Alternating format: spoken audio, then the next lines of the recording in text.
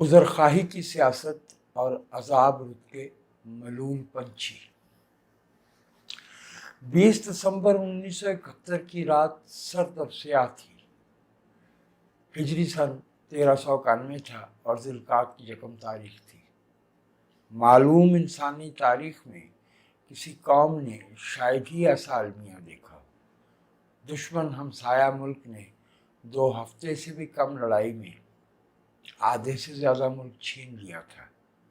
اس سے بڑا حادثہ یہ تھا کہ الگ ہونے والے حصے کا بچہ سابق پاکستان کا مخالف تھا، حتیٰ کہ متعدد ممالک میں ہمارے سفارت خانوں نے نوزائیدہ بنگلہ دیش سے وابستگی کا اعلان کر دیا تھا۔ ملک کے 93,000 بیٹے غنیم کی قید میں تھے اور باقی ماندہ پاکستان کے 5,000 مربع میل رقبے پر حریف قابض تھا۔ ان حقائق کا پس منظر اس سے بھی زیادہ شرمناک تھا۔ 16 دسمبر کی سپہر جب رمنا ریس کورس گراؤنڈ میں ہتھیار ڈالنے کی تقریب ہو رہی تھی، مغربی پاکستان میں اخبارات کے دفاتر میں ایک نئے آئین کا مسودہ پہنچایا جا رہا تھا۔ حمود الرحمن کمیشن رپورٹ کے مطابق اس آئین کا بنیادی نقطہ یہی تھا کہ یحییٰ خان صدر پاکستان اور فوج کے سربراہ ہوں گے۔ یہ آئین 20 دسمبر 1971 کو نافذ کیا جانا تھا، لیکن اقتدار کی غلام گردشوں میں ایک خوفناک کشمکش کے بعد 20 دسمبر کی سپہر ذوالفقار علی بھٹو نے صدر پاکستان کا حلف اٹھا لیا۔ کچھ مہربان اب بھٹو کو سویلین مارشل لا ایڈمنسٹریٹر ہونے کا طعنہ دیتے ہیں، یہ نہیں بتاتے کہ مغربی پاکستان کے اکثریتی رہنما بھٹو کس دستوری بندوبست کے تحت سرزمین بے آئین کی حکومت سنبھالتے۔ رات 10 بجے ریڈیو اور ٹیلی ویژن پر بھٹو صاحب کی تقریر نشر ہوئی۔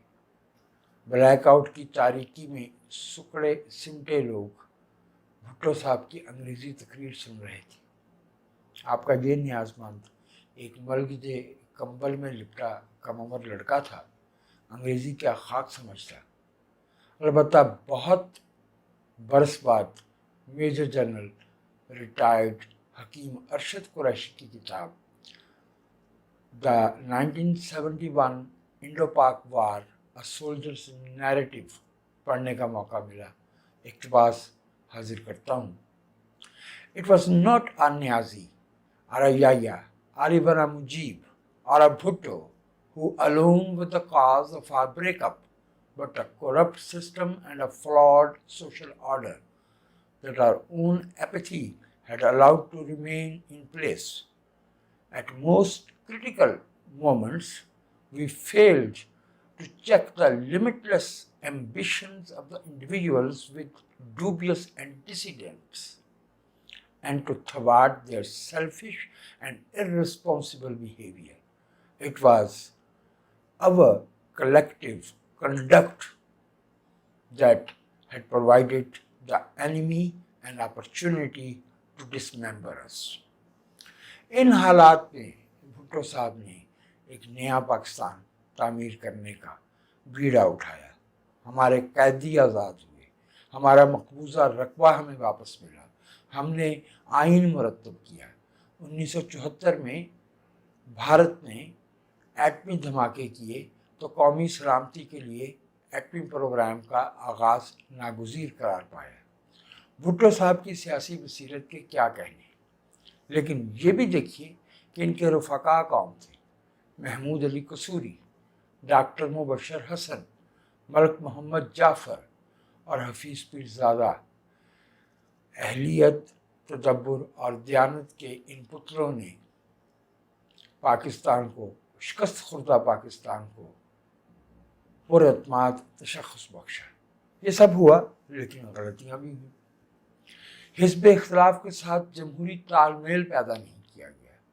جمہوری بندوبست میں آزاد صحافت کا کردار تسلیم نہیں کیا، اور ایک اہم غلطی یہ کہ ماضی سے پیوستہ طاقت کے ان سرچشموں کو لگام نہیں ڈالی گئی جنہوں نے قوم کو